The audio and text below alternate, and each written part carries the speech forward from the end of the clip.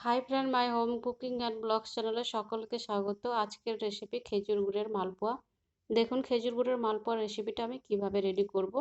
এটা খুব সহজে আর খুব তাড়াতাড়ি রেডি হয়ে যায়, আর খেতেও কিন্তু অসাধারণ লাগে। একটা আমি পাত্র নিয়ে নিয়েছি, এই পাত্রের মধ্যে দিয়ে দিচ্ছি চালের গুঁড়ো। হাফ কাপ চালের গুঁড়ো ব্যবহার করলাম। এবার দিয়ে দিচ্ছি সুজিটা চালের গুঁড়ো থেকে কম আছে। এবার দিয়ে দিচ্ছি ময়দাটাও কিন্তু সুজির থেকেও কম আছে ময়দাটা।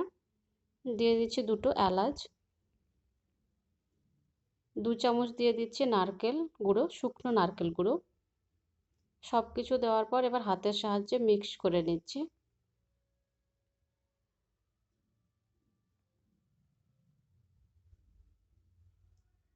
হাতের সাহায্যে মিক্স করে নিয়েছি। এবার দিয়ে দিচ্ছি খেজুর গুড়। খেজুর গুড়টা আমি প্রয়োজন মতো ব্যবহার করব।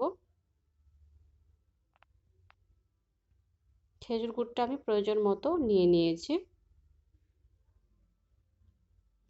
এবার নিয়ে নিচ্ছি জল, ঠান্ডা জল।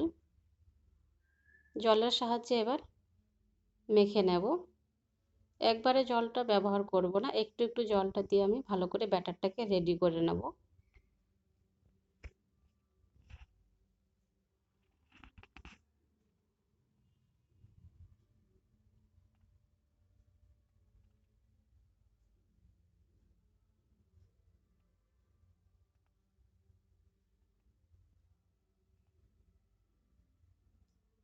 একটু একটু জল দিয়ে ব্যাটারটাকে আমি ভালো করে রেডি করে নিয়েছি, আর হাত দিয়ে ঘুরিয়ে ঘুরিয়ে রেডি করে নিয়েছি।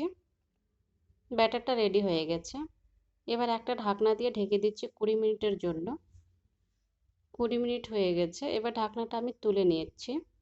আর দেখুন ব্যাটারটা কত সুন্দর পারফেক্ট হয়ে গেছে। ভাজার জন্য একদম রেডি। এবার একটা আমি বাটি নিয়ে নিয়েছি, আর বাটির মধ্যে ব্যাটারটাকে তুলে নেব। বাটির মধ্যে নিচ্ছি যেন শেপটা ঠিক আসার জন্য আমি বাটির মধ্যে তুলে নিয়েছি। আর কড়াইয়ের মধ্যে সরষের তেল দিয়ে আমি ভালো করে হিট করে নিয়েছি। এবার ভেজে নিচ্ছি।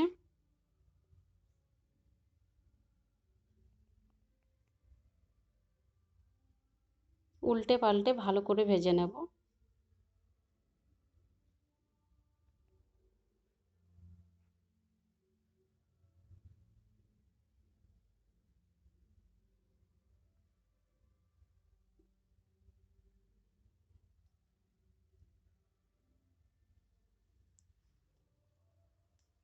উল্টে পাল্টে ভালো করে ভেজে নিয়েছি, এবার তুলে নিচ্ছি।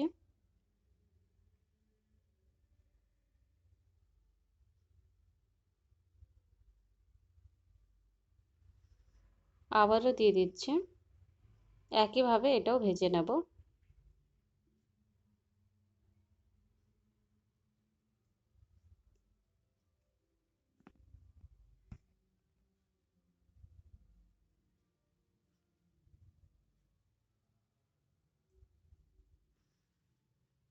এটাও উল্টে পাল্টে ভেজে নিচ্ছি আবারও।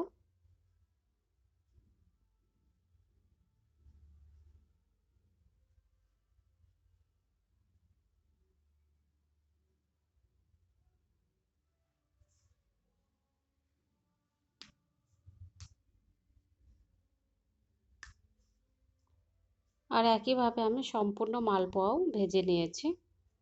এটাও ভাজা হয়ে গেছে, এবার তুলে নিচ্ছি। আর একটা প্লেটের মধ্যে রেখে দিয়েছি। খেজুর গুড়ের মালপোয়া রেসিপিটা রেডি হয়ে গেছে। আপনাদের এই রেসিপিটা কেমন লেগেছে? ভালো লাগলে অবশ্যই কমেন্ট করবেন। ভালো থাকুন, সুস্থ থাকুন, আর চ্যানেলটাকে অবশ্যই সাবস্ক্রাইব করে দেবেন। By friend. নেক্সট